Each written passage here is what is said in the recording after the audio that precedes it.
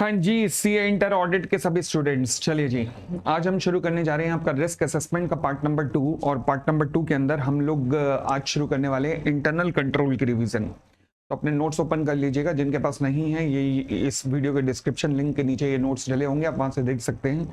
चलिए let us start with the internal control. हाँ जी, internal control के बारे में सबसे पहले मैंने कुछ एग्जांपल्स लिए थे। एग्जांपल्स में एक बार रिपीट कर देता हूँ।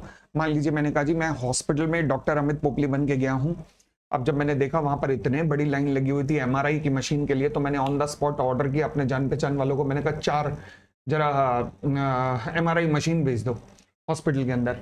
सवाल उठा कि मैं एमआरआई मशीन मंगवा रहा हूँ या सीताराम के छोले भटूरे मंगवा रहा हूँ। ठीक है ना, एमआरआई मशीन जो करोड़ों में आती है, मैंने 4 मंगवा ली। वाह, मतलब इतना टैलेंटेड बिना किसी मैनेजमेंट की परमिशन के। क्या ये गलत नहीं है? तो अगर मान लीजिए कोई एसेट परचेज करनी है कंपनी के अंदर, तो there should be a proper system in place कि किसी की अप्रूवल चाहिए तभी होना चाहिए। ऐसे तो कोई डॉक्टर अपने आप नहीं कर सकता। ठीक है, नेक्स्ट पॉइंट। अब मान लीजिए हुआ क्या जी, सेकंड पॉइंट देखिएगा। बैंक के अंदर कस्टमर आता है, कस्टमर आके कैश डिपॉजिट करता है। लॉजिकली क्या होता है कि जब भी कैश डिपॉजिट होता है, कैशियर उस कैश को गिनता है, रखता है। फिर उसके बाद ब्रांच का मैनेजर या ब्रांच का ऑपरेशन मैनेजर आकर शाम को उस कैश को दोबारा से रीचेक करता है, तब जाके वॉल्ट में यानी कि लॉकर में, बैंक के लॉकर में कैश रखा जाता है। ठीक है, बट यहाँ पे कोई सिस्टम इन प्लेस नहीं है। बैंक के अंदर एक कैशियर चेक कर रहा है, दूसरा कोई चेक ही नहीं कर रहा, तो इसका मतलब सिस्टम इन प्लेस नहीं है, इंटरनल कंट्रोल नहीं है। तीसरा, export order from the USA. मान लीजिए इंडियन एक्सपोर्टर को एक ऑर्डर आता है यूएसए से, और वो बस ऑर्डर प्रिपेयर करना शुरू कर देते हैं। कोई ये तो चेक कर लो कोई इंपोर्टर की क्रेडिट वर्थनेस है कि नहीं है। यानी कि अगेन कोई सिस्टम इन प्लेस, यानी कि internal control over the sales नहीं है। पहले में internal control over the purchase नहीं था, फिर internal control over the cash. मतलब मैं कह सकता हूं इंटरनल कंट्रोल मतलब सिस्टम या पॉलिसीज या प्रोसीजर इन प्लेस नहीं है। उसके बाद लाइफस्टाइल के शोरूम में देता हूं, कपड़े उठाया, थैली में डाला और मैं वापस आ जाता हूँ। ना कोई गार्ड खड़ा है, ना कोई वो टू टू टू टू करने वाली मशीन पड़ी है, कोई है नहीं। अगेन सिस्टम इन प्लेस नहीं है, कोई भी एसेट उठा के चल सकता है। तो ये सारे एग्जांपल थे इंटरनल कंट्रोल के। तो अगर मैं कहूं कि इंटरनल कंट्रोल क्या है, तो मैं कह सकता हूं कि इंटरनल कंट्रोल में भी डिफाइंड एज अ प्रोसेसेस। जो प्रोसेसेस हैं वो प्रोसेसेस क्या, डिजाइन, जो डिजाइन की गई है, implemented and maintained.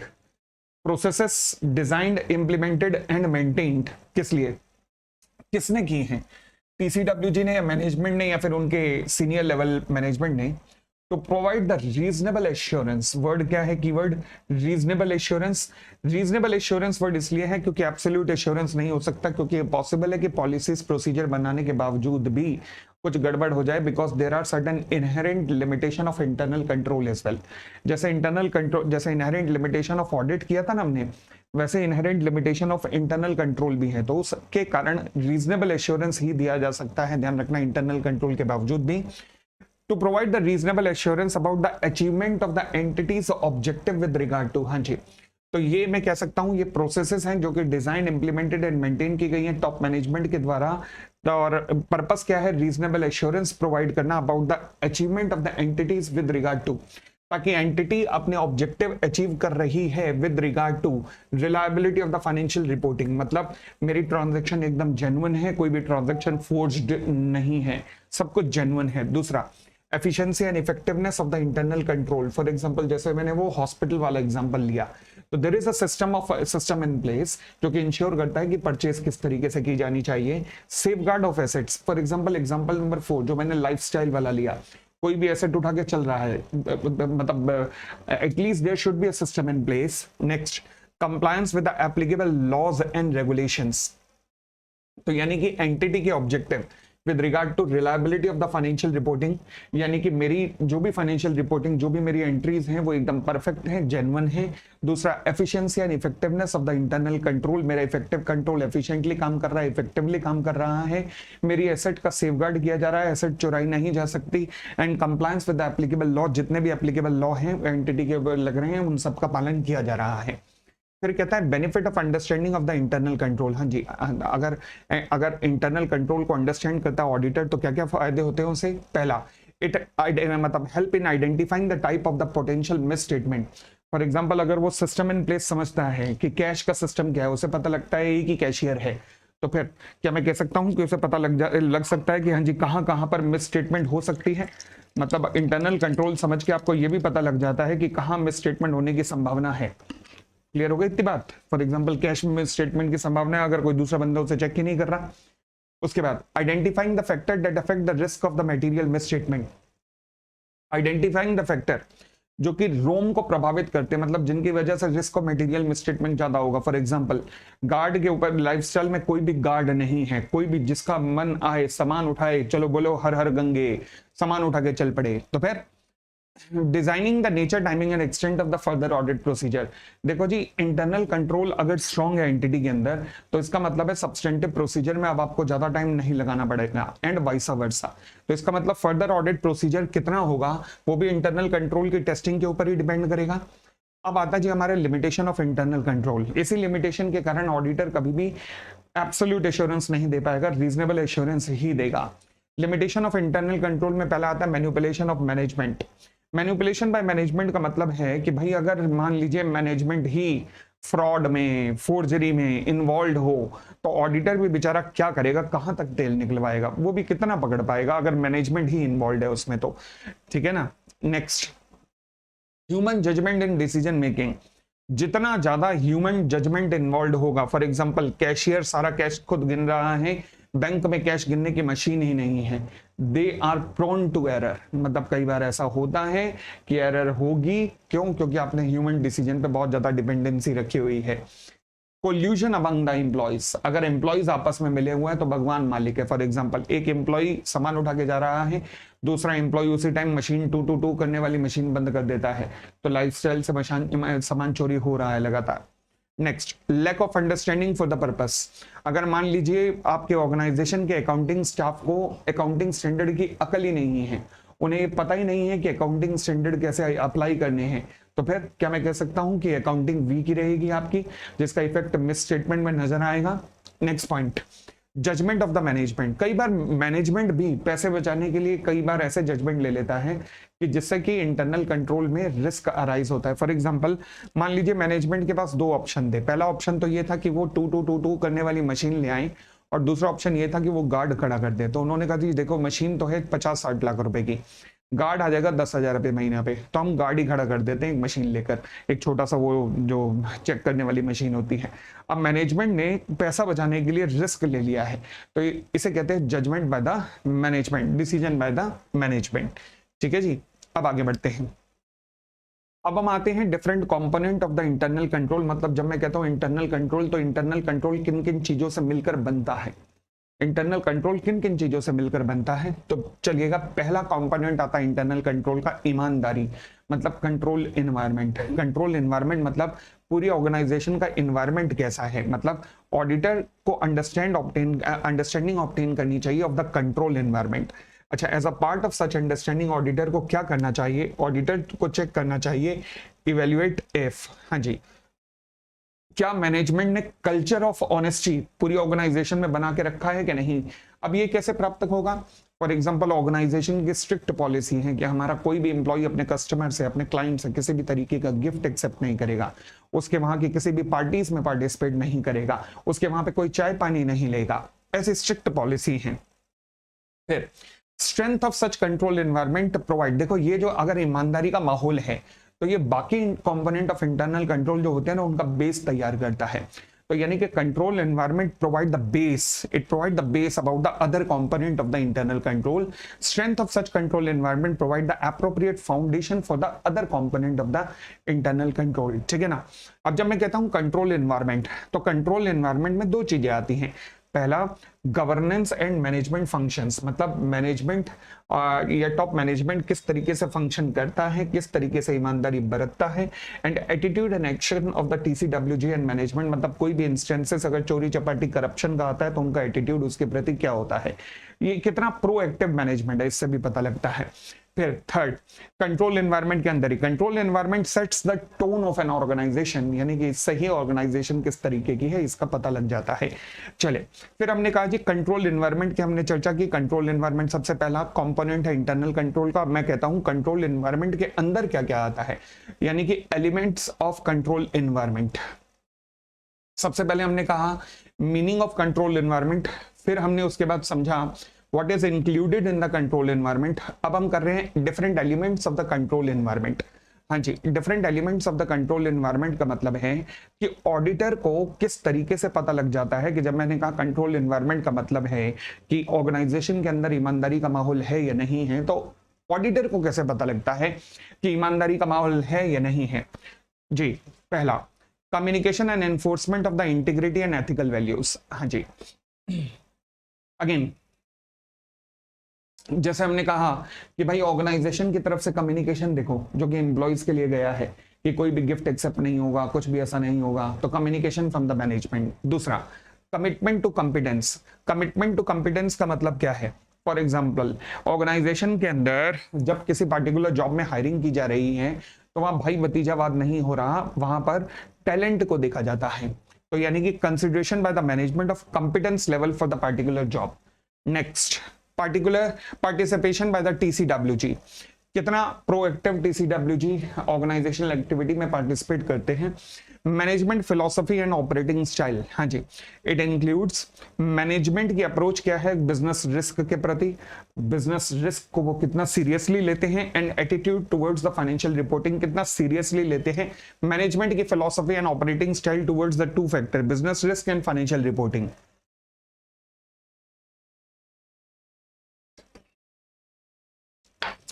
When I say attitude toward the financial reporting, इससे ये कैसे पता लगता है, इससे ईमानदारी कैसे पता लगती है?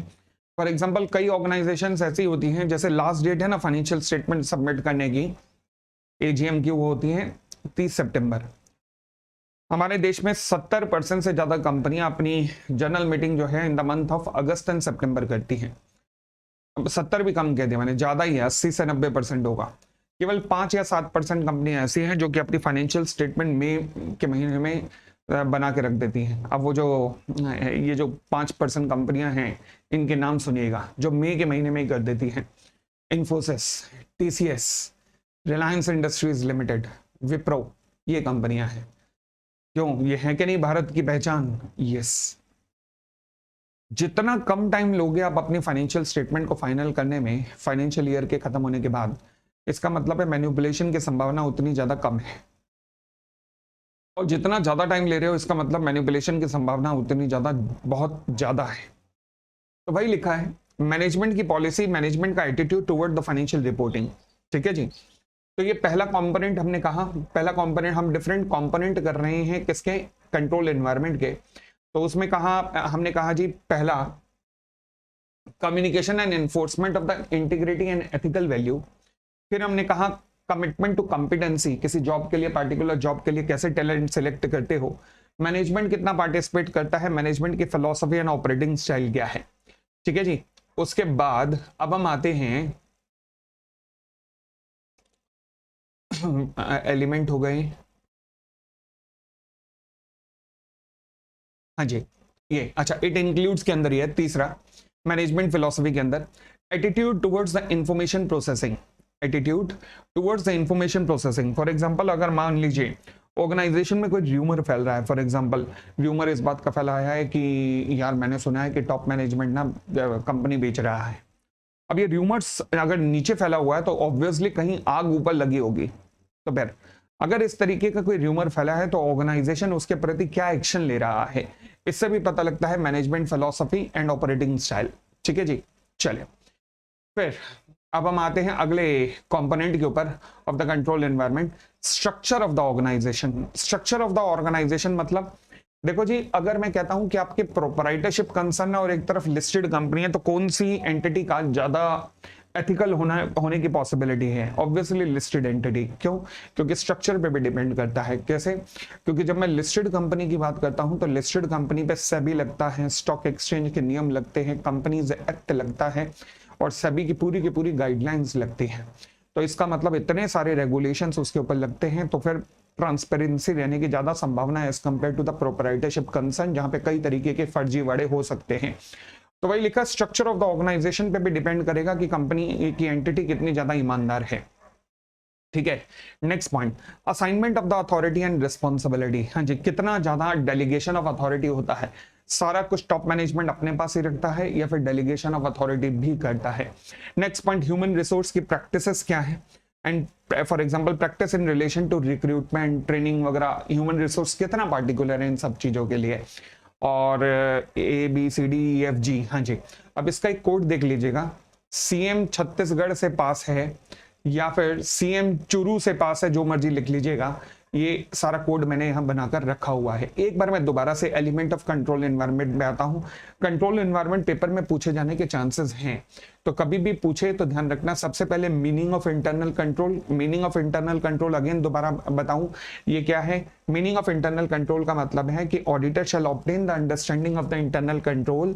और जब ये अंडरस्टैंडिंग प्राप्त करता है तो इसका मतलब क्या होगा कि पहला, इसका मतलब है अंडरस्टैंडिंग प्राप्त करने का मतलब है कि ऑडिटर चेक कर रहा है कि पहला मैनेजमेंट ने कल्चर ऑफ ऑनेस्टी वगैरह क्रिएट कर रखा है कि नहीं, और दूसरा strength of such internal control, such control activity provide the foundation for the other element of the internal control। मतलब अगर कंट्रोल एनवायरनमेंट स्ट्रांग है तो फिर other element of the internal control जो है ना वो भी स्ट्रांग होंगे। इंटरनल कंट्रोल के अंदर क्या क्या इंक्लूड होता है? पहली बात, governance and the management function, मतलब टॉप मैनेजमेंट किस तरीके से काम करता है। Second, attitudes of the attitude and action of the TCWG and management towards organisation, मतलब ऑर्गेनाइजेशन के प्रति उनका किस तरीके का रवैया है, किस तरीके का एटीट्यूड है। ठीक है जी। फिर हम आते हैं element of the control environment. Element of the control environment में मैं कह सकता हूं कि कौन कौन से ऐसे कंट्रोल एनवायरनमेंट, कौन कौन से ऐसे एलिमेंट है जो कि ऑडिटर की अंडरस्टैंडिंग को बढ़ावा देते हैं कि ईमानदारी का माहौल है या नहीं है। तो फिर पहली बात, communication and enforcement of the integrity and ethical value, यानी कि अगर ऑर्गेनाइजेशन के अंदर एथिकल वैल्यूज हैं, इंटीग्रिटी है, तो ऑर्गेनाइजेशन किस तरीके से उसे कम्युनिकेट करती है अपने एम्प्लॉइज को। Commitment to the competency. Commitment to competency का मतलब है क्या कॉम्पिटेंट लेवल को ही सिलेक्ट किया जाता है फॉर अ पार्टिकुलर जॉब के नहीं। Third, participation by the top management. Management philosophy and the operating style का मतलब क्या है? इट इंक्लूड बिजनेस रिस्क को मैनेजमेंट किस तरीके से कंसीडर करता है और मैनेजमेंट का एटीट्यूड क्या है towards the financial reporting. And third, attitude toward the information processing. कोई अगर इंफॉर्मेशन या र्यूमर घूम रहा है तो उसके प्रति इनका रवैया क्या है। फिर आता है next element of control environment, structure of the organisation. की ऑर्गेनाइजेशन का स्ट्रक्चर क्या है। लिस्टेड कंपनियां ज्यादा एथिकल होंगी as compare to the proprietorship concern. Management, फिर ऑर्गेनाइजेशन के अंदर डेलीगेशन ऑफ अथॉरिटी क्या होती है। फिर HR की पॉलिसीज एंड प्रैक्टिसेस क्या हैं। ये सारे हमारे कंट्रोल एनवायरनमेंट के डिफरेंट एलिमेंट्स हैं। फिर हम अगले component of the internal control पे आते हैं। पहला कंपोनेंट हमने डिस्कस किया कंट्रोल एनवायरनमेंट। दूसरा क्या है? Entities risk assessment policy. Second element of internal control है जी, कहता है जी auditor shall obtain an understanding कि क्या एंटिटी के पास प्रोसेस है फॉर आइडेंटिफाइंग, हाँ जी, क्या एंटिटी के पास प्रॉपर प्रोसेस इन प्लेस है टू आइडेंटिफाई द रिस्क। आपने रिस्क आइडेंटिफाई कर लिया। अब रिस्क आइडेंटिफाई करने के बाद आप क्या करोगे? एक तो फैक्टर है कि उसको मिटिगेट करने की कोशिश करोगे। पहले ये भी देखोगे कि वो रिस्क कितना सिग्निफिकेंट है, फिर उसको मिटिगेट करने के लिए आपके पास क्या क्या प्लान है। तो ये जो सारी आपकी पॉलिसीज हैं असेसमेंट से रिलेटेड रिस्क के, तो ये सेकंड पॉइंट के अंदर आती है। तो पहला इसके अंदर क्या क्या आता है? बिजनेस रिस्क इन्वॉल्व क्या है फाइनेंशियल रिपोर्टिंग के अंदर, ठीक है। दूसरा, ये रिस्क कितना इंपॉर्टेंट है, कितना रेलेवेंट है, इसके होने की संभावना क्या है, और इसका मिटिगेट क्या है, इसको किस तरीके से मिटिगेट किया जा सकता है। तो दोबारा बोलो, कौन कौन सा रिस्क इन्वॉल्व है फाइनेंशियल रिपोर्टिंग में?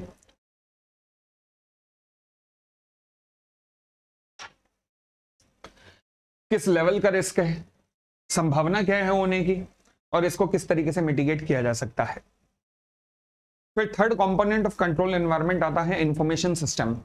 इंफॉर्मेशन सिस्टम का मतलब है कि कोई भी एंट्री किसी भी ऑर्गेनाइजेशन में किस तरीके से प्रोसेस होती है ट्रांजैक्शन, जरा उसको देखो। फॉर एग्जांपल, किसी भी ट्रांजैक्शन का प्रोसेस का तरीका देखो ऑर्गेनाइजेशन के अंदर। इट इंक्लूड, सबसे पहले ऑडिटर चेक करेगा कौन सी ऐसी ट्रांजैक्शन है जो कि सिग्निफिकेंट है। दूसरी बात, कौन सा प्रोसीजर है जिसके थ्रू ये सभी के सभी सिग्निफिकेंट ट्रांजैक्शन ऑर्गेनाइजेशन में प्रोसेस होती है। प्रोसेस होने का मतलब है किस तरीके से प्रोसेस होती हैं, रिकॉर्ड होती हैं, और एंट्री की जाती है, जर्नल एंट्री वगैरह यहाँ पे की जाती है।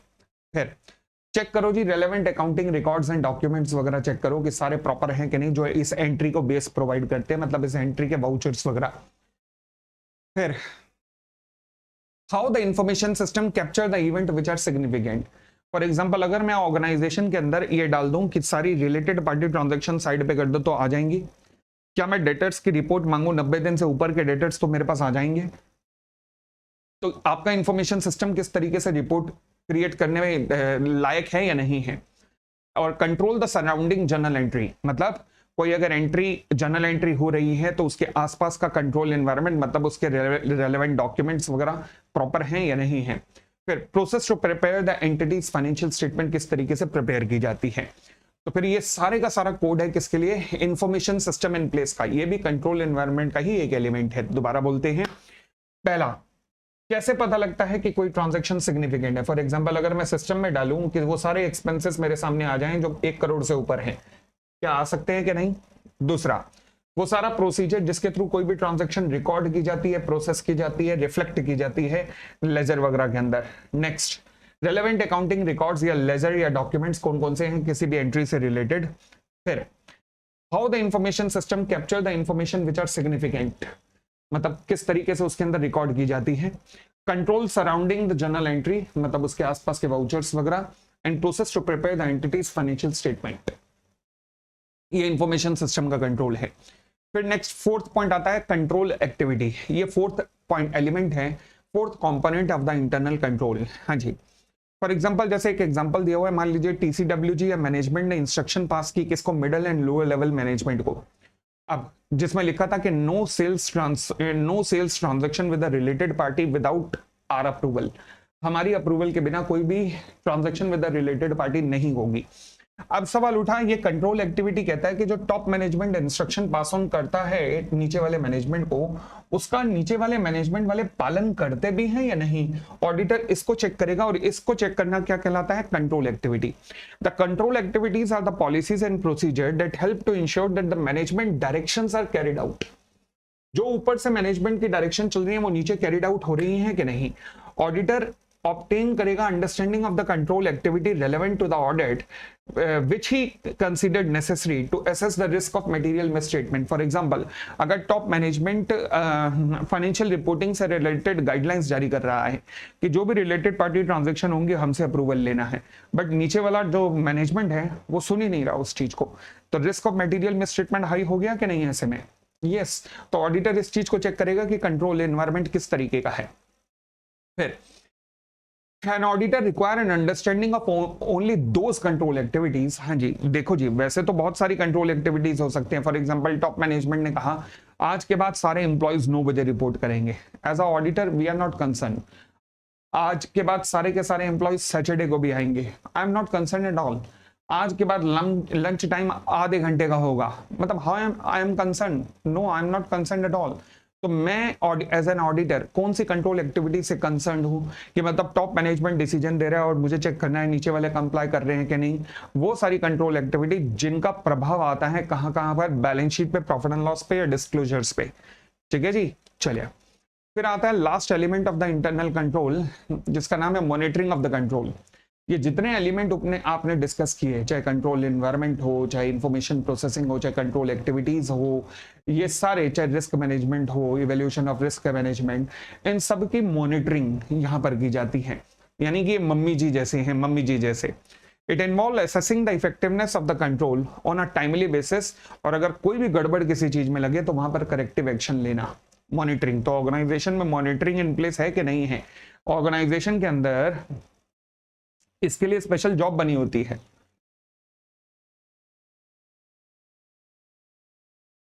एक सेपरेट प्रोफाइल होता है जो केवल यही देखता है कि इन सबका पालन किया जा रहा है कि नहीं किया जा रहा। इनका काम होता है MIS डिपार्टमेंट, कहते हैं इन्हें MIS डिपार्टमेंट, जहां पे मंथली इंफॉर्मेशन सिस्टम या वीकली इंफॉर्मेशन सिस्टम यहाँ के टॉप बॉसेस को मिलती है। ठीक है, it include considering whether the control are operating as intended, मतलब जैसा हमने चाहा था वही वैसे लेवल का ही काम हो रहा है कि नहीं, और जब जब इन्हें मॉडिफाई करने की जरूरत है तब तब इन्हें मॉडिफाई भी किया जा रहा है कि नहीं। This is called monitoring of the control.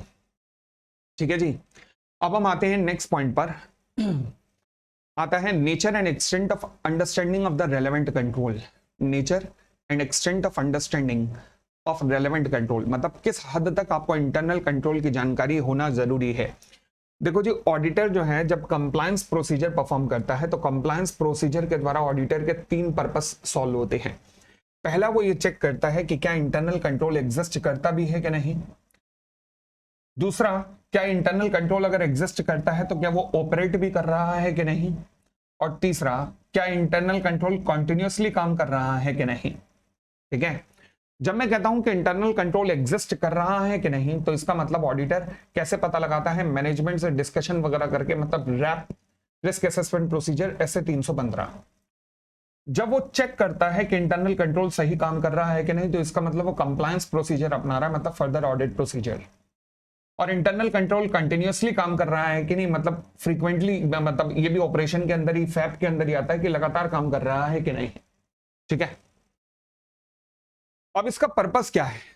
इसका पर्पस ये है कि क्या इंटरनल कंट्रोल एग्जिस्ट करता है जिसकी वजह से कोई रिस्क ऑफ मटेरियल मिसस्टेटमेंट ना हो, और अगर हो जाए तो वो डिटेक्ट हो जाए और उसे करेक्ट कर दिया जाए। ये पर्पस है इंटरनल कंट्रोल को चेक करने का। ठीक है, चलिए, तो अब हम क्या कहते हैं यहां पर, कहता है जी ऑडिटर को चेक करना पड़ेगा, इवेल्युएट करना पड़ेगा डिजाइन ऑफ इंटरनल कंट्रोल। किस लिए, टू सी इफ इंडिविजुअली या in combination with the other internal control it is capable of effectively preventing और detecting and correcting the material misstatement. ठीक है, next, when I say implementation of control, तो implementation of control का मतलब क्या है कि कंट्रोल एग्जिस्ट भी करता है एंड एंटिटी उसको यूज भी कर रही है, मतलब कॉन्टिन्यूअसली ऑपरेट कर रहा है, इंप्लीमेंटिंग द कंट्रोल। अच्छा, there is a little point in assessing the implementation if design is not effective. मतलब अगर आप ऑर्गेनाइजेशन के पास गए अंडरस्टैंड करने के लिए इंटरनल कंट्रोल कैसा है, इससे 315, आपने पूछा जी आपके यहाँ का इंटरनल कंट्रोल कैसा है, उन्होंने कहा वो क्या होता है, आपने कहा मतलब इंटरनल कंट्रोल, उन्होंने कहा हमें नहीं पता इन चीजों का। जब वो मतलब मना कर रहा है कि उसके पास इंटरनल कंट्रोल है ही नहीं, तो चेक क्या करोगे। चेक तो तब करोगे ना कि ये काम कर रहा है कि नहीं, जब वो कहेगा कि हाँ जी मेरे पास है और सही है, तो आप कहोगे चलो चेक करवाओ। मैं कह रहा हूं मैंने कॉपी बनाई नहीं, आप मेरी कॉपी चेक क्या करोगे। समझ आई बात। There is a little point in assessing the implementation और if design is not effective, यानी कि कोई इंटरनल कंट्रोल नहीं है तो चेक करने की भी जरूरत नहीं है। ठीक है, चलिए, design of the internal control सबसे पहले चेक किया जाना चाहिए। एज एन इम्प्रॉपर डिजाइन का मतलब है इंटरनल कंट्रोल है ही नहीं, तो सबसे पहला स्टेप है डिजाइन चेक होना चाहिए। ठीक है, हम कर क्या रहे हैं, दोबारा बोलता हूं, हम कर रहे हैं किस लेवल की अंडरस्टैंडिंग आपको रेलेवेंट कंट्रोल की जानकारी, इंटरनल कंट्रोल की जानकारी किस हद तक होनी चाहिए। Nature and extent of understanding of internal control. हमने करा कि ऑडिटर को सबसे पहले डिजाइन ऑफ इंटरनल कंट्रोल को समझना चाहिए, क्योंकि डिजाइन ऑफ इंटरनल कंट्रोल समझने से होगा क्या कि वो चेक करेगा कि ये डिजाइन इस लायक है कि क्या इंडिविजुअली और कॉम्बिनेशन, क्या ये किसी भी तरीके की मिस स्टेटमेंट को या तो रोक देगा या हो गई है तो उसे डिटेक्ट करके करेक्ट कर देगा। फिर उसके बाद डिजाइन चेक करने के बाद हम देखते हैं implementation of control. Implementation of control, पहले डिजाइन के अंदर हम देखते हैं इंटरनल कंट्रोल एग्जिस्ट कर रहा है कि नहीं, फिर उसका ऑपरेशन देखते हैं। तो इंप्लीमेंटेशन ऑफ कंट्रोल का मतलब होता है कि कंट्रोल एग्जिस्ट भी कर रहा है कि नहीं और एंटिटी उसे यूज कर रही है कि नहीं। मैंने सबसे पहले यही बताया ना कि कंप्लायंस प्रोसीजर में पहले चेक करते हो इंटरनल कंट्रोल एग्जिस्ट करता है कि नहीं, दूसरा फिर उसका ऑपरेशन चेक करते हो। तो यहां भी यही कर रहे हैं हम कि सबसे पहले आपने डिजाइन चेक किया, फिर उसका इंप्लीमेंटेशन चेक किया, फिर कहता है इंप्लीमेंटेशन चेक करने का फायदा ही नहीं है अगर डिजाइन ही नहीं है। अगर डिजाइन नहीं है तो इंप्लीमेंटेशन चेक करके क्या करोगे। ठीक है ना, चलिए, तो फिर डिजाइन ऑफ इंटरनल कंट्रोल सबसे पहले चेक किया जाना चाहिए, इंप्लीमेंटेशन बाद में चेक करना, पहले डिजाइन चेक कर लेना, क्योंकि इम्प्रॉपर डिजाइन है तो फिर इसका मतलब इंटरनल कंट्रोल गड़बड़ होगा। उसके बाद रिस्क असेसमेंट प्रोसीजर। मैंने कहा जी जब आप इंटरनल कंट्रोल का डिजाइन समझते हैं तो फिर कैसे समझते हैं, इस पूरी प्रोसेस को अपन लोग क्या कहते हैं, risk assessment procedures. Risk assessment procedure perform किया जाता है, ऑडिट एविडेंस उसके द्वारा प्राप्त किए जाते हैं। कैसे? About the design, internal control system क्या है और वो ऑपरेट कर रहा है कि नहीं। अब जब मैं कहता हूं रिस्क असेसमेंट प्रोसीजर परफॉर्म करना पड़ेगा, तो रिस्क असेसमेंट प्रोसीजर के अंदर क्या आएगा? हमने क्या समझा था? पहला, inquiry of the entities personal, management से पूछताछ करो। ऑब्जर्विंग, दिखाओ जी इंटरनल कंट्रोल, दिखाओ आप यहां कैसे काम कर रहे हैं। डॉक्यूमेंट, रेलेवेंट डॉक्यूमेंट दिखाओ कि आप कहते हो कि कोई भी मशीन मंगानी हो तो टॉप लेवल का अप्रूवल आता है, जब वो अप्रूवल दिखाओ हमें। ट्रेसिंग द ट्रांजैक्शन, जरा ट्रांजैक्शन को होते देखो कि कोई भी सेल्स ट्रांजैक्शन जैसे ही आ रही है, ऑर्डर आ रहा है तो उसके बाद सेल्स ट्रांजैक्शन कैसे कैसे प्रोसेस हो रही है, किस किस का अप्रूवल चाहिए। तो इस तरीके से आपको पता लगेगा रिस्क असेसमेंट प्रोसीजर। ठीक है जी, आगे फिर कहता है आपने अंडरस्टैंडिंग प्राप्त कर ली इंटरनल कंट्रोल की, कुछ नहीं होना। Merely obtaining an understanding of the entity control is not sufficient to test their operating effectiveness. मतलब आपको इंटरनल कंट्रोल कागजों में पता लग गया, ओ भाई साहब सेल्स की ट्रांजैक्शन होती है, पहले उस डिपार्टमेंट की अप्रूवल, फिर उसकी अप्रूवल, फिर उसकी अप्रूवल, वाह वाह वाह वाह, चेक तो कर लो रियल में है कि नहीं। तो फिर is not sufficient to test their operating effectiveness unless there is a system which provide for the improvement of any weakness in such control. खाली इंटरनल कंट्रोल समझने से कुछ नहीं होगा जब तक वहां पर इंप्रूवमेंट, मतलब अगर आप कोई सजेस्ट करो और वहां पे इंप्रूवमेंट हो रही है तो समझ में आता है कि सिस्टम इन प्लेस है। मतलब अगर एंटिटी अपनी प्रैक्टिसेस में कोई वीकनेस पाती है तो उसको ठीक भी करती है, तो इसका मतलब इंटरनल कंट्रोल सही है। बट अगर रिजिड पॉलिसीज हैं, चेंज हो ही नहीं सकती, हम तो ऐसे ही करेंगे, हम तो समोसे में इतने ही आलू डालेंगे, अबे तेरे आलू में समोसा मतलब पता ही नहीं लग रहा, मतलब समोसे में आलू पता ही नहीं लग रहा है, हम तो इतने डालते हैं, ग्राहक आएगा ही नहीं। आगे फिर कहता है existence of the satisfactory control environment. अगर मान लीजिए एंटिटी में एकदम sufficient and satisfactory control environment है, तो इसका मतलब क्या है कि वहां पे तो कभी फ्रॉड होगा ही नहीं, वहां पे तो फ्रॉड हो ही नहीं सकता। जब मैं बात करूं सत्यम की, जिस टाइम फ्रॉड हुआ 2008 में, क्या ऑडिटर के क्या कमेंट थे, गजब। फीफा ने पूरा ऑडिट करने के बाद, फीफा फुटबॉल एसोसिएशन पूरा ऑडिट करने के बाद उसे स्पॉन्सर घोषित किया था। हमारे फिक्की ने इसे एंटरप्रेन्योर ऑफ द ईयर का अवार्ड दिया था सेम ईयर में, रामलिंगम राजू, जिस टाइम वो फ्रॉड कर रहा था। तो यानी कि अगर आपने इंटरनल कंट्रोल बना रखा है, ऑडिटर भी सेटिस्फाइड है, तो इसका मतलब फ्रॉड कोई नहीं हो सकता, ऐसा नहीं होगा। फिर भी हो सकता, कलाकार फिर भी बीच में हो सकते हैं। जैसे रामलिंगम राजू बेस्ट बिजनेस का अवार्ड मिला था, फीफा की स्पॉन्सरशिप मिली थी, 4 बेस्ट आईटी कंपनी थी इंडिया की उस वक्त जिस टाइम सत्यम स्कैम हुआ था। तो यानी कि existence of the satisfactory control environment can be a positive factor. Positive factor है रिस्क ऑफ मटेरियल मिसस्टेटमेंट को समझने में कि हाँ पॉसिबिलिटी कम है, even though it may help to reduce the risk of the fraud, however it is not absolute deterrent to the fraud. Strong internal control का मतलब ये नहीं है फ्रॉड होगा ही नहीं, फिर भी हो सकता है, रीजन का ही हो सकता है। फ्रॉड मतलब टॉप लेवल की इंटेंशन खराब है। Control environment in itself, control environment समझ गए ना, पहला component of internal control, does not prevent और detect and correct material misstatement. मतलब कंट्रोल एनवायरनमेंट का मतलब ये नहीं कि ऑटोमेटिकली सब मिसस्टेटमेंट डिटेक्ट करेक्ट हो जाएंगी। However it may influence the auditors assessment of effectiveness of the other control. But control environment के प्रति अगर ऑडिटर सेटिस्फाई है, तो इसका मतलब है ऑडिटर बाकी फैक्टर्स के प्रति भी सेटिस्फाई है कि हाँ जी कंट्रोल एनवायरनमेंट या पूरा इंटरनल कंट्रोल जो है ऑर्गेनाइजेशन में ढंग से चल रहा है, कोई दिक्कत नहीं है। क्लियर हो गई इतनी बात? मगर फिर भी इसका मतलब यह नहीं है कि इंटरनल कंट्रोल अगर ठीक है तो ऑर्गेनाइजेशन में फ्रॉड नहीं होगा। सत्यम इसका बेस्ट एग्जांपल है। चलिए नेक्स्ट देखो जी, कहता है नेक्स्ट पॉइंट मेरा कहता है if all controls are relevant to the audit. मतलब जब मैं ऑडिट कर रहा हूं तो मेरे लिए क्या सारे कंट्रोल ही जरूरी हैं या फिर मेरे लिए कौन सा कंट्रोल समझना जरूरी है? देखो जी, कंट्रोल को, जितने भी कंट्रोल है ना, मैं उन सभी के सभी कंट्रोल को 2 पार्ट्स में डिवाइड कर सकता हूं। पहला ऐसे कंट्रोल जो कि एफआरएफ से रिलेट करते हैं, मतलब जिनका एफआरएफ में कोई ना कोई प्रभाव है। एक मिनट रुकना।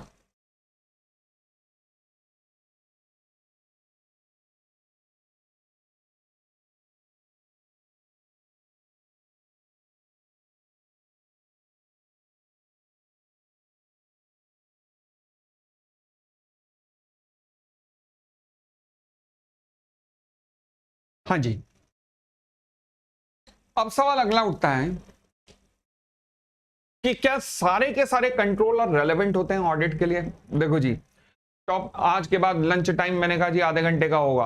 आज के बाद मैंने कहा सारा एम्प्लॉय 9 बजे रिपोर्ट करेंगे। सैटरडे आज के बाद ऑफ नहीं होगा। मुझे क्या करना है इन चीजों से एज एन ऑडिटर? तो फिर देखो जी, मैं इन सभी के सभी कंट्रोल को दो पार्ट्स में डिवाइड कर सकता हूं। एक वो होते हैं कौन से relevant to financial reporting framework, और एक वो जो अदरवाइज रेलेवेंट नहीं होते, किसी भी तरीके से एफआरएफ से रेलेवेंट नहीं होते।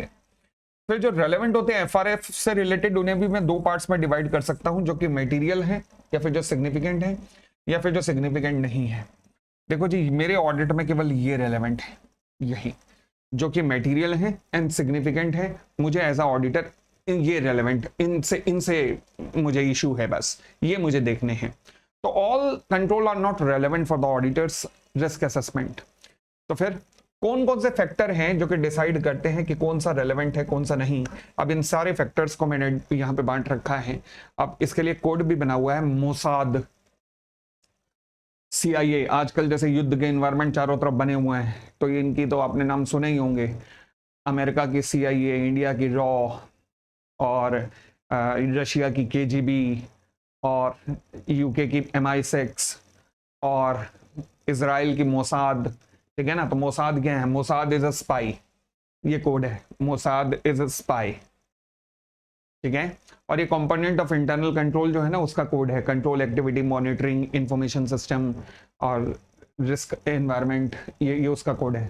ठीक, तो ये ध्यान रख लेना कौन कौन से फैक्टर डिसाइड करते हैं कि कौन कौन से कंट्रोल रेलेवेंट है ऑडिट के लिए। तो मेटीरियलिटी, फिर size of the entity, significance of the related risk, फिर nature of the business of the entity, entity के बिजनेस पे भी डिपेंड करेगा कि कौन कौन से रिस्क। फॉर एग्जांपल, अगर मान लीजिए पेट्रोल के प्राइसेस बढ़ रहे हैं और मेरा क्लाइंट जो है वो एशियन पेंट्स है, मेरे लिए रेलेवेंट है, डूबने की संभावना है।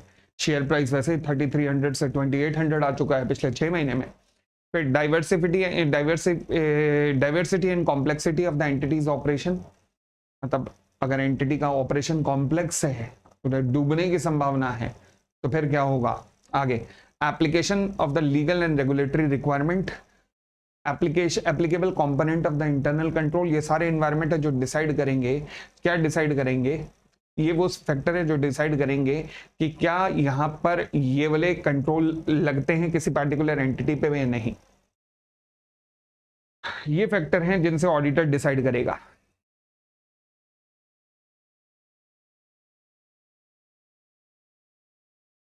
चलिए आगे बढ़ते हैं। हमारा अगला टॉपिक बड़ा इंपॉर्टेंट है, नाम है जिसका सिग्निफिकेंट रिस्क। सिग्निफिकेंट रिस्क की जब मैं बात करता हूं तो पहले ये समझना कि देखो जी, ट्रांजैक्शन दो तरीके की होती हैं, एक होती है रूटीन, एक होता है नॉन रूटीन। रूटीन ट्रांजैक्शन ऐसी होती है जो रोजमर्रा की ट्रांजैक्शन होती है। पोपली गारमेंट्स की रूटीन ट्रांजैक्शन क्या होंगी? गारमेंट्स। बट अगर Popli garments sale of computer कर रहा है तो वो नॉन रूटीन ट्रांजैक्शन होंगी। ठीक है। तो एक होती है रूटीन ट्रांजैक्शन, एक होता है non routine transaction. Routine transaction को ना कंपैरिजन किया जा सकता है। फॉर एग्जांपल, मेरे लीगल एक्सपेंसेस पिछले साल इतने थे, इस साल इतने थे। परंतु अगर मैं कहता हूं नॉन रूटीन, मेरी सेल ऑफ कंप्यूटर हुई, पिछले साल थी नहीं, इस साल हो गई, तो यानी कि नॉन रूटीन ट्रांजैक्शन के अंदर ना रिस्क ज्यादा होता है। क्यों? क्योंकि आपके पास कंपैरिजन करने लायक कोई फिगर नहीं होती यहां पर, तो यहां पर रिस्क ज्यादा होता है। सिमिलरली एक होता है ट्रांजैक्शन, एक होता है मैटर्स। अब मैटर्स को भी मैं दो पार्ट्स में डिवाइड कर सकता हूं। मैटर्स को मैं दो पार्ट्स में डिवाइड कर सकता हूं, एक वो जो जजमेंटल मैटर है और एक वो जहां पे जजमेंट की जरूरत नहीं होती क्योंकि आपके सामने इनवॉइसेस हैं। अब जो जजमेंट मैटर है, for example provision for doubtful debts, अब ये सब मैनेजमेंट के ऊपर डिपेंड करेगा, उनके जजमेंट पे डिपेंड करेगा कि उनकी नजर में कितने बैड डेट्स होने चाहिए। तो फिलहाल मेरा कॉन्सेप्ट क्या है? सिग्निफिकेंट रिस्क तो इसको मैं क्या कह सकता हूं, it often relate to significant non routine transaction और जजमेंटल मैटर्स। ये कहां राइज होते हैं significant risk? Significant non routine transaction के अंदर और जजमेंटल मैटर्स के अंदर, यहां पर अराइज होते हैं। ठीक है, चलिए अब नॉन रूटीन ट्रांजैक्शन क्या है? नॉन रूटीन ट्रांजैक्शन ऐसी ट्रांजैक्शन है जो कि अनयूजुअल है, जो कि यूजुअली होती नहीं है और इसलिए ये काफी इनफ्रीक्वेंटली होती है। अच्छा, जजमेंटल मैटर्स क्या होते हैं? It may include development of the accounting estimate for which there is a significant measurement uncertainty. जब आप अकाउंटिंग एस्टिमेट्स लगा रहे हो, for example provision for bad debts, जिसके लिए कंप्लीटली अनसर्टेनिटी है, पता नहीं वो पैसा देंगे, बाकी पैसा देंगे कि नहीं, कंप्लीटली अनसर्टेनिटी है जिसके लिए। ठीक है,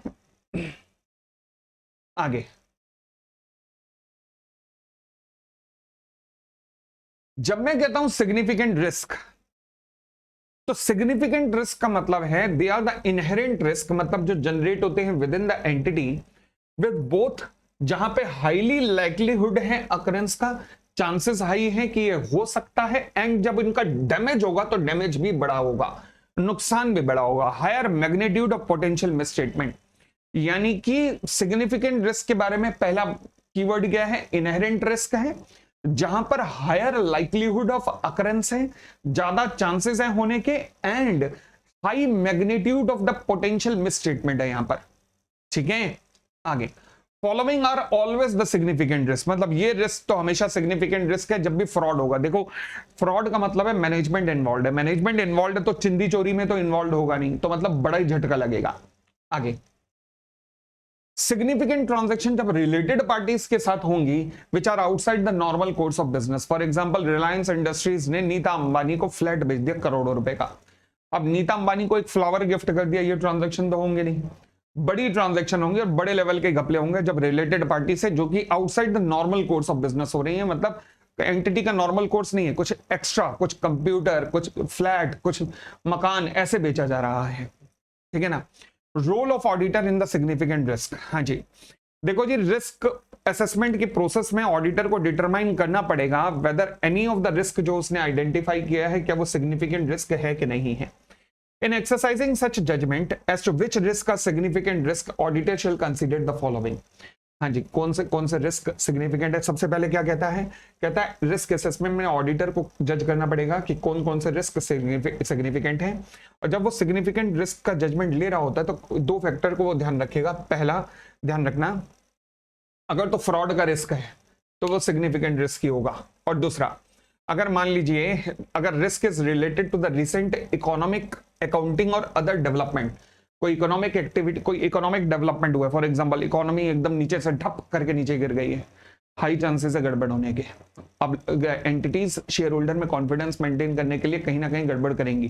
फिर अकाउंटिंग और अदर डेवलपमेंट, नए इंडेस आ गए, तो फिर पक्की बात है आधों को समझ नहीं होगी, चौके छक्के लगा देंगे वहां पर। ठीक है, which require the special attention. फिर complexity of the transactions, whether the risk involves significant transaction with the related party, इनमें फ्रॉड होने की बहुत बड़ी संभावना होती है। फिर और दूसरी बात, क्या वो रिस्क, कैसी वो ट्रांजैक्शन, क्या वो ट्रांजैक्शन ऐसी है जो कि outside the normal course of business है। भाई मैंने कहा ना नॉर्मल कोर्स में है तो पता लग जाता है कि आपने कुछ एक्स्ट्रा डिस्काउंट दिया, पता लग जाता है इनवॉइस देखकर, बट जो नॉर्मल ट्रांजैक्शन नहीं है, रूटीन ट्रांजैक्शन नहीं है, वहां पे ज्यादा खतरा होता है। तो ये वो फैक्टर हैं जो बताते हैं ऑडिटर को कि सिग्निफिकेंट रिस्क होगा या नहीं होगा। फिर अगर मैं कहता हूं रिस्क ऑफ मटेरियल मिसस्टेटमेंट, तो मैं कह सकता हूं बहुत ज्यादा होगा for a significant non routine transaction. अब ये नॉन रूटीन ट्रांजैक्शन हम समझ चुके हैं, तो रिस्क ऑफ मटेरियल मिसस्टेटमेंट ज्यादा होगा for significant non routine transaction. हाँ जी, रोम में भी greater for the significant non routine transaction arising from the matters such as the following. हाँ जी, कुछ मैटर से अराइज होगा, किन किन कारणों से नॉन सिग्निफिकेंट नॉन रूटीन ये ट्रांजैक्शन में रिस्क अराइज होगा। पहला, दोबारा देखो, सिग्निफिकेंट नॉन रूटीन का मतलब जो नॉर्मल ट्रांजैक्शन नहीं है, sale of flat, sale of property, sale of machinery, ऐसी चीजें हो रही हैं। Greater management intervention to specify the accounting. भाई साहब अगर मैनेजमेंट इन्वॉल्व है तो फिर कहीं ना कहीं वो मैनेजमेंट गड़बड़ करवाएगा अकाउंटिंग के अंदर, फर्जी इनवॉइसेस छप पाएगा, फर्जी ट्रांजैक्शंस होंगी। आगे, greater manual intervention for the data collection and processing, सब कुछ फर्जी बिल बनेंगे। ऊपर वाले का एग्जांपल है, फॉर एग्जांपल पर्सनल एक्सपेंसेस को उठाकर चार्ज किया जाएगा ऑर्गेनाइजेशन एक्सपेंसेस में, फर्जी बिल बनेंगे। कॉम्प्लेक्स कैलकुलेशन और अकाउंटिंग प्रिंसिपल्स, और फिर nature of non routine transaction which में make it difficult for entity to implement the effective control over risk.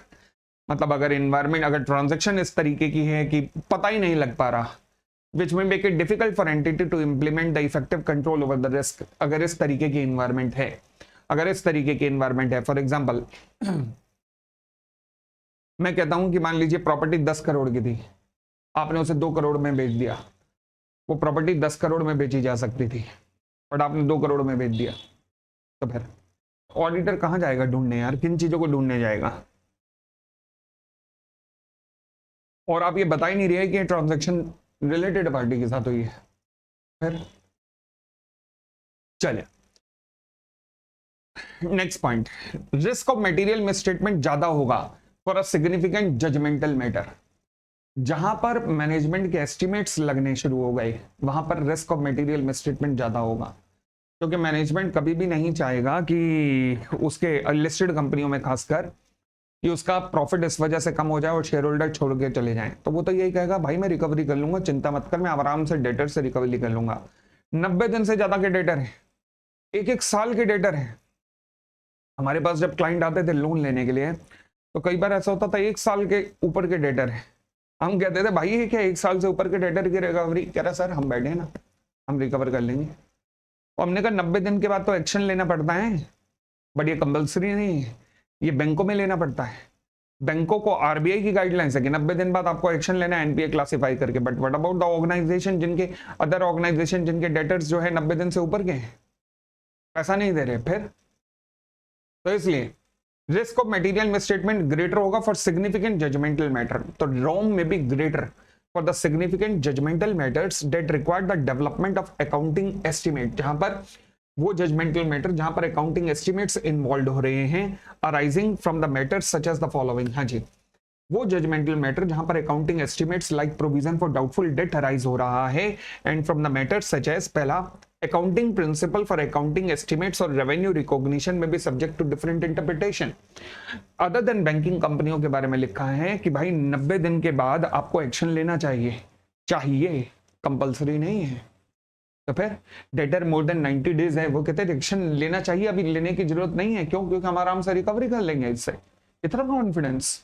तो फिर second, required judgment may be subjective और require assumption about the future event. For example, judgment about their value, recovery expected from the long overdues, यानी कि जो required judgement है may be subjective, मतलब आपके लिए अलग है, मेरे लिए अलग इंटरप्रिटेशन है उसकी, कि भाई एक डेटर 1 साल से, मैं कह रहा हूं पैसा नहीं देगा भाई, और पिछले 1 साल में तेरी ट्रांजैक्शन भी नहीं उसके साथ, तो इसका मतलब पैसा नहीं देगा। मैनेजमेंट कहता है मैं रिकवर कर लूंगा, अब मैं क्या कर सकता हूं? ऑडिटर से कान के नीचे तो नहीं लगा सकता उसके मैनेजमेंट के। तो फिर रिक्वायर्ड जजमेंट में भी सब्जेक्टिव और required different assumption about the future event. assumption ये है कि वो पैसा दे देगा, judgment about the value, fair value and recovery expected from the long overdues. ठीक है, चलिए फिर हमारा नेक्स्ट पॉइंट आता है evaluation of the internal control. अब इंटरनल कंट्रोल को इवेल्युएट कैसे किया जाता है, मतलब इंटरनल कंट्रोल को समझा कैसे जाता है, ऑडिटर किस तरीके से इंटरनल कंट्रोल को समझेगा। देखो जी, समझने के लिए ये एक चेकलिस्ट है, ये ले जाओ ऑर्गेनाइजेशन के पास। पहला, whether tenders are invited before the purchase, हर परचेज करने से पहले क्या आप टेंडर इनवाइट करते हैं? हाँ। Stores are kept in custody, हाँ। क्या गार्ड गेट पे रहता है? ना। Authorisation when the stock goes out of the godown? ना। अच्छा, अब ये जो चेकलिस्ट है, तो फिर इसे कौन फिल करेगा? अगर ये चेकलिस्ट, अगर एक बार ये चेकलिस्ट फिल हो गई, तो क्या मैं कह सकता हूं मुझे आइडिया लग गया कि मैनेजमेंट की वीकनेस कहां है इंटरनल कंट्रोल की? ठीक है ना। अगर तो ये फिल की गई है ऑडिटर के द्वारा खुद, तो इसे हम चेकलिस्ट ही कहते हैं। बट अगर ये फिल की गई है मैनेजमेंट के द्वारा, तो हम इसे कहते हैं क्वेश्चनियर। क्या कहते हैं? क्वेश्चनियर। क्वेश्चनियर तैयार तो ऑडिटर करता है, मैनेजमेंट को दे देता है, और मैनेजमेंट इसे फिल करके देता है। बट चेकलिस्ट मैनेजमेंट के सामने बैठकर ऑडिटर खुद डॉक्यूमेंट चेक करके खुद बढ़ता है, दोनों में डिफरेंस है, ठीक है।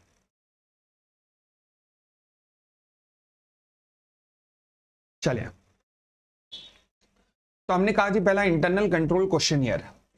There is a comprehensive list of the question concerning the internal control, most widely used form for the collective information about the existence, operation and efficiency of the internal control.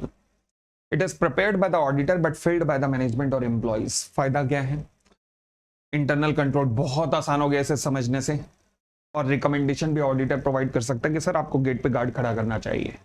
But अगर management जल्दबाजी में हो तो भगवान मालिक है। Client में manipulate with the answer, yes, guard नहीं खड़ा वो कह रहा है हाँ खड़ा है। Checklist, series of instruction oblique question which a member of auditing staff must follow and answer. Documents वगैरह एविडेंस देख के खुद फिल करेगा। Answer to checklist instruction are usually yes or no or not applicable. तो example of checklist instruction, वो जो ऊपर मैंने एग्जांपल बनाया हुआ ना, वो एग्जांपल यहाँ पे आपको एज इट इज चिपकाना है, ठीक है जी। एडवांटेज क्या है भाई, ये जो कंप्लीट चेकलिस्ट है studied by the senior audit staff, तो फिर आपकी हेल्प कर सकते हैं कि कहां पे वीकनेस है, अभी कहां पर नहीं है वीकनेस, मतलब आपको गाइड कर सकते हैं कि चेकलिस्ट में क्या क्या चेंज होने चाहिए। Weakness in internal control easily पता लग जाती है। अब चेकलिस्ट आप खुद बना के खुद जाके एविडेंस चेक करके फिल कर रहे हो, टाइम कंज्यूमिंग है as a auditor. Client manipulate तो कर ही सकता है ना, वो तो उसका हक है ना। फ्लो चार्ट, फ्लो चार्ट का मतलब है इंटरनल कंट्रोल इस तरीके से पता लग रहा है कि मैंने कहा जी एंटिटी में गुड्स परचेस कौन करेगा, हॉस्पिटल के अंदर मशीनें परचेस कौन करेगा। अगर 1 लाख रुपए की है तो मैनेजर की पावर, 1 लाख से ऊपर सीनियर मैनेजर, चीफ मैनेजर की पावर। मतलब इस तरीके से अगर हर एक चीज का फ्लो चार्ट बना हुआ है, कितना आसान है उसे समझना, ठीक है ना। तो फिर इसे कहते हैं इस टेक्निक को flow chart. It is a graphical presentation of each part of the company system of internal control. Most concise compact form होता है जिसे ऑडिटर पढ़ के पता लगा लेता है। तो फिर it minimise the amount of narrative explanation. Narrative explanation क्या है, यही पैरा अगर लंबा लंबा पैरा माय बेस्ट फ्रेंड का इससे लिख दिया जाता तो उसे कहते हैं नैरेटिव एक्सप्लेनेशन, ठीक है। यह आ गया नैरेटिव रिकॉर्ड्स, गाय का इससे मतलब पूरे का पूरा इससे लिख दिया इंटरनल कंट्रोल पे। कौन पढ़ेगा यार, कौन पढ़ेगा, दिमाग हिल जाएगा पढ़ पढ़ के, कौन पढ़ेगा इसको। तो फिर ये भी ऑर्गेनाइजेशन के अंदर चलता है, मगर ये स्मॉल बिजनेस में ये सही रहेगा। लंबे लंबे पैराग्राफ, 5-6 पेज का पैराग्राफ अगर रिलायंस बना देगा कौन पढ़ेगा यार। तो वहां पे तो चेकलिस्ट वगैरह ही चलती है या फिर क्वेश्चनियर चलते हैं। चले, अब benefit of evaluation of internal control. Auditor ने पहले इंटरनल कंट्रोल को समझा, अब समझ के अगर मैं कहूं कि क्या उखाड़ लिया, तो देखो जी evaluation of internal control will enable the auditor to know, पहला एरर होने की संभावना या फ्रॉड होने की संभावना क्या है। इंटरनल कंट्रोल को समझ के क्या वो ये भी पता लगा सकता है कि क्या ये इंटरनल कंट्रोल एडिक्वेट है या नहीं है। नेक्स्ट, क्या ऑर्गेनाइजेशन में इंटरनल ऑडिट डिपार्टमेंट ढंग से काम कर रहा है कि नहीं। पता लगा इतनी सारी एरर आ रही है तो इंटरनल ऑडिट डिपार्टमेंट क्या रहा है, घास उखाड़ रहा है वहां पे जाके। Next, whether control adequately safeguard the asset, मतलब ऐसा नहीं है ऑर्गेनाइजेशन की एसेट्स चोरी हो के जा रही हैं, कैश का कोई सिस्टम इन प्लेस नहीं है। मैनेजमेंट अपनी ड्यूटी कितने ढंग से निपटा रहा है। हाँ, जो रिलायबल रिपोर्ट वगैरह जनरेट होती है मैनेजमेंट के द्वारा, विश्वास करूं या रहने दूं। अगर वो शक्ल से ही चोर है तो क्या विश्वास करूंगा। Extent of examination that auditor need to carry out in different area of accounting, मतलब जितना इंटरनल कंट्रोल स्ट्रांग होगा उतना कम मुझे अकाउंटिंग चेक करनी पड़ेगी, यही कॉन्सेप्ट है। What could be the appropriate audit technique and procedures, मतलब कौन कौन से ऑडिट प्रोसीजर मुझे अपनाने पड़ेंगे। इंटरनल कंट्रोल स्ट्रांग है, शायद मैं एक्सटर्नल कंफर्मेशन का तरीका ये ना अपनाऊं। इंटरनल कंट्रोल वीक है, मैं उनकी बैंक स्टेटमेंट पे भी क्लाइंट के विश्वास नहीं करूंगा, मैं कहूंगा बैंक में जाके मुझे खुद निकल के दे, बैंक वाले से निकलवा के दे bank statement. Whether suggestion can be given, मतलब अगर सजेशन कोई दी जाए तो कंट्रोल में चेंज होता है कि नहीं होता। चले, ये इसका कोड है जी, देख लेना, इसमें सारे कीवर्ड्स मेंटेन रखे गए हैं। लो जी, तो ये हमारा पार्ट 2 खत्म होता है। पार्ट 3 अब जो दे रहा हूं आज ही आएगा वो भी, उसके अंदर ये इंटरनल कंट्रोल, उसके अंदर ये पूरे का पूरा चैप्टर खत्म हो जाएगा। ठीक है, चलिए, थैंक यू, बाय बाय।